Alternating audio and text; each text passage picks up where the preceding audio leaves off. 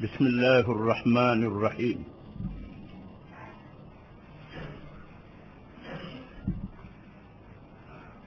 Jabatan Hal Ehwal Kajian, Fatwa dan Bimbingan Agama Kerajaan Arab Saudi yang diketuai oleh Almarhum Syekhuna wa Ustaduna Al-Syekh Abdul Aziz bin Baz, yang juga bekas mufti Kerajaan Arab Saudi, dalam risalahnya kepada jamaah haji telah memberi amaran tentang perkara-perkara yang membatalkan Islam dengan katanya, ketahuilah wahai saudara se-Islam bahawa ada beberapa perkara yang membatalkan Islam. Yang paling banyak berlaku ialah 10 perkara. Maka jauhilah daripadanya. Risalah ini diterjemah kepada beberapa bahasa. Bahasa Melayu Indonesia, bahasa Inggeris, bahasa Urdu, bahasa Perancis dan sebagainya. Dibahagikan kepada semua jamaah haji beberapa tahun yang lalu. Iaitulah memberi amaran berhubung dengan 10 perkara yang banyak menjadi sebab orang-orang Islam murtad, keluar daripada agama Islam. Dan perkara ini dilakukan dengan cara yang jahil. Perkara-perkara tersebut ialah, yang pertama, syirik, yakni mempersekutukan Allah Subhanahu wa ta'ala dalam beribadat. Firman Allah Subhanahu wa ta'ala, innahu man yushrik billah faqad harrama Allah alaihi al-jannah wa ma'wahu an-nar wa ma lidh-dhalimin min ansar. Surah Al-Maidah ayat 72. Maksudnya, sesungguhnya orang-orang yang syirik, yakni mempersekutukan Allah, nescaya Allah akan mengharamkan syurga baginya, dan tempat tinggalnya kelak adalah neraka.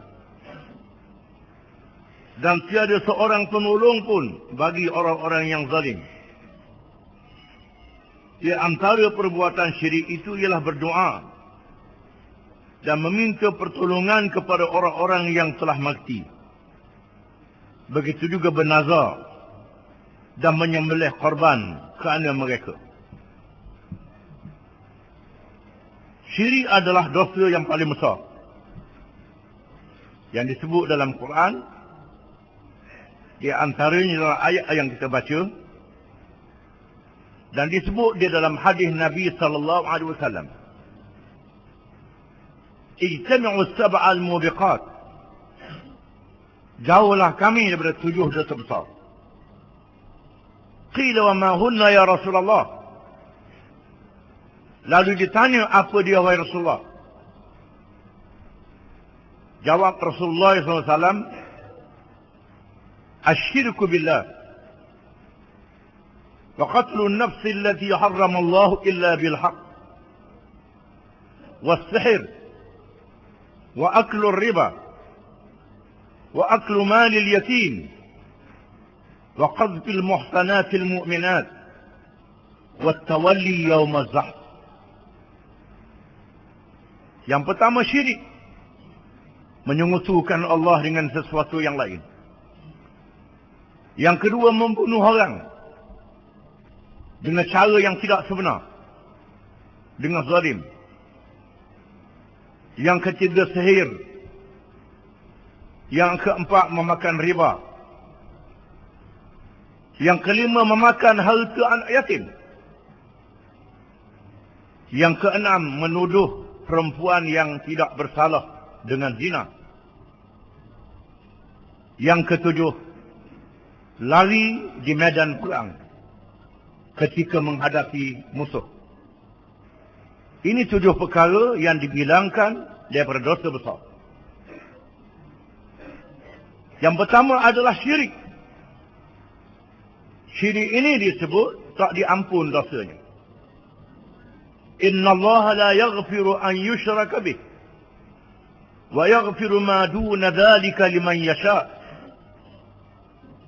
Sesungguhnya Allah tidak mengampun dosa orang yang melakukan syirik.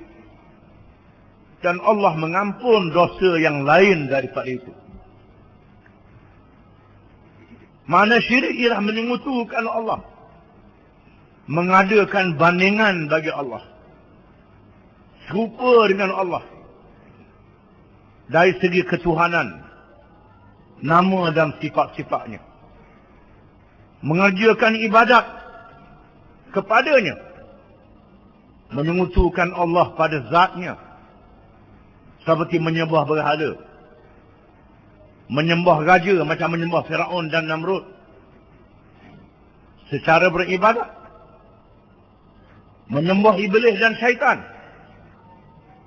Dalam melakukan upacara ibadat. Termasuklah juga bernazar kepada yang lain daripada Allah. Kalau baik sakit bernazar kepada kubur-kubur ni. Orang tu orang ni. Bukan bernazar kepada Allah.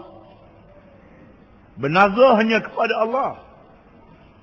Bernazar untuk korban. Bernazar untuk semayang. Semayang sunat jadi wajib. Kalau baik sakit nak semayang 10 rakaat. Bernazar puasa. Kalau baik sakit nak puasa berapa hari. Bernazar haji setelah dia mengerjakan haji yang wajib. Dia bernazar pula nak mengerjakan haji, maka jadi wajib. Itu cara bernazar. Bernazar perkara yang sunat, jadi wajib perkara itu. Bernazar nak sedekah.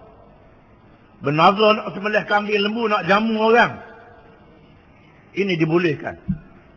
Ini bernazar kepada orang tu, orang ni, kubur tu kubur ni. Ini syirik. Kalau pernah buat, bertaubat pada Allah Ta'ala. Bersumpah dengan nama yang lain daripada Allah. Itu tidak boleh. Bersumpah mestilah wallahi wa billahi wa tallahi demi Allah. Tak boleh bersumpah dengan makhluk. Allah Ta'ala tak apa. Dia boleh bersumpah dengan makhluk dia. Wal fajri wa layalin ashr. Demi waktu fajar dan 10 malam. Wal layli demi malam. Wasyamsi demi matahari. Wadduha demi waktu duha. Wal asri demi masa. Allah Ta'ala bersumpah dengan makhluk. Allah Ta'ala tak apa. Untuk menunjukkan pentingnya makhluk-makhluk itu menjadi dalil, tanda kepada ketuhanan dan kebesaran Allah. Adapun kita mestilah bersumpah dengan nama Allah. Tak boleh bersumpah. Itu syirik dalam perkara ibadat. Termasuklah juga syirik pada zat Allah Subhanahu wa Ta'ala. Syirik pada zat, pada sifat Allah Ta'ala. Allah Ta'ala wajib bersifat dengan ilmu. Ilmu yang tidak terhingga. Tiba-tiba percaya ke Tok Nujung. Tahu perkara yang akan datang. Ini termasuk dalam syirik. Percaya kepada ada yang lain, tahu macam Tuhan juga. Ini perkara syirik. Menyekutukan Allah dengan sesuatu yang lain. Yang boleh merosakkan iman. Kalau sekiranya melakukan demikian, iman punah. Amalan-amalan tak diterima oleh Allah Ta'ala. وَلَقَدْ أُوحِيَ إِلَيْكَ وَإِلَى الَّذِينَ مِنْ قَبْلِكَ لَئِنْ أَشْرَكْتَ وَلَيَحْبَطَنَّ عَمَلُكَ وَلَتَكُونَنَّ مِنَ الْخَاسِرِينَ. Demi sesungguhnya telah diwahyikan kepadamu, wahai Muhammad sallallahu alaihi wasallam, dan rasul yang lebih dulu daripadamu, diwahyikan kepada mereka semua, kepada rasul-rasul. Sekiranya kamu menyekutukan Allah dengan sesuatu yang lain, maka terhapuslah amalan kamu. Amalan dihapuskan pahalanya, tak diterima oleh Allah Ta'ala. Syirik ada dua. Syirik khafi dan syirik jali. Syirik khafi ialah syirik yang tersembunyi. Buat ibadat kerana nak tunjuk ke orang. Niat kerana Allah Ta'ala dah. Lepas itu ada pula perasaan nak tunjuk-tunjuk ke orang. Nak berbangga di hadapan orang. Ini syirik yang tersembunyi. Tidak membatalkan Islam. Berdosa saja. Menghilangkan pahala. Kalau kita ada perkara ini, hendaklah bertaubat pada Allah Ta'ala. Syirik yang jadi, yang terbuka ataupun syirik akbar, iaitulah terang-terang sembah yang lain kepada Allah. Terang-terang pergi cakap undang-undang manusia baik pada undang-undang Allah. Ini syirik yang nyata, yang membatalkan Islam. Inilah yang dimaksudkan oleh Syekh Abdul Aziz bin Baz. Yang kedua, menjadikan sesuatu sebagai perantaraan di antara dirinya dengan Allah Subhanahu wa Ta'ala, dengan berdoa dan meminta syafaat serta bertawakal kepada perantaraan itu. Yang melakukan hal tersebut menurut ijma' sepakat ulama adalah kafir. Menjadikan perantaraan di antara dia dengan Allah, di antara orang itu dengan Allah. Minta dengan kubur, sapa ke Tuhan. Minta dengan orang alim, sapa ke Tuhan. Minta menganggap orang itulah yang memberi kesan bila dia minta dengan Tuhan. Sebagaimana orang Kristian menganggap padri-padri Kristian boleh mengampunkan dosa. Kalau buat dosa, jumpa dengan padri, boleh pitih ke padri, boleh hadiah. Padri boleh bercakap bagi Tuhan. Itu tidak boleh. Ini boleh membatalkan Islam. Adapun bertawassul. Bertawassul ialah menjadikan orang tu sebagai orang tengah. Minta tolong orang semaya hajat. Itu tak apa. Kita juga berdoa pada Allah Ta'ala, minta hajat kita ditunaikan. Dalam masa yang sama berjumpa dengan orang yang kita anggap sebagai orang yang saleh. Tolong doa. Tolong doa, minta hajat kita sampaikan. Itu diizinkan oleh syara'. Sebagaimana para sahabat radhiyallahu anhum bertemu dengan Nabi SAW, minta Nabi berdoa pada Allah. Nabi beristighfar untuk dia. Dalam masa yang sama dia juga beristighfar. Ini bertawassul yang diizinkan oleh syara'. Yang ketiga, tidak mengkafirkan orang-orang musyrikin atau ragu akan kekafiran mereka, atau membenarkan faham ideologi mereka. Dengan demikian dia telah kafir. Tidak mengkafirkan orang musyrikin. Kita menganggap Hindu yang menyembah berhala, Buddha yang menyembah berhala, tak kafir. Itu tidak boleh. Menganggap musyrikin tidak kafir, boleh jadi kafir. Kerana mereka dikafirkan oleh Allah Ta'ala. Itu tak boleh. Yahudi adalah kafir, Kristian adalah kafir. Kita kata tidak kafir, itu tak boleh. Mesti mengkafirkan mereka yang dikafirkan oleh Allah Ta'ala. Begitu juga membenarkan fahaman ideologi. Ideologi ialah teori-teori, pandangan-pandangan moden yang berkait dengan politik, yang berkait dengan ekonomi. Dalam Islam ada hukum yang berkait dengan politik. Ada hukum yang berkait dengan ekonomi. Tiba-tiba kita menganut nasionalisme, ataupun komunisme, ataupun sosialisme.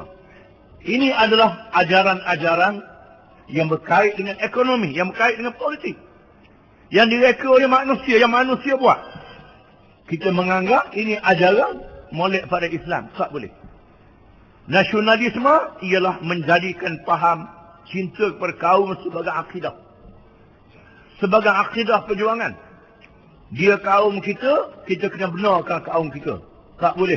Walaupun dia dak Islam, dia salah, dia zalim, Tetap kaum kita betul juga. Tak boleh. Itu salah. Adapun kita kasih pada kaum kita, sayang pada keluarga kita, itu tak apa. Sayang sebagai satu perasaan, bukan sebagai satu akidah. Kita nak bangsa kita selamat, umat kita selamat. Sebagaimana Allah berfirman kepada Nabi SAW, wa anzir ashiratakal aqrabin, dan berilah peringatan kepada keluargamu yang hampir. Sayang berkeluarga tidak menjadi salah. Yang salahnya, sayang dijadikan akidah iman sehingga mengatasi sayang pada Islam. Islam hendaklah mengatasi segala-galanya. Ataupun menganggap ideologi komunis, ideologi sosialis yang membela orang miskin, molek pada hukum zakat dalam Islam lagi. Molek pada keadilan masyarakat dalam Islam. Ini menyebabkan jadi kafir. Tidak boleh. Islam adalah adil. Islam adalah baik.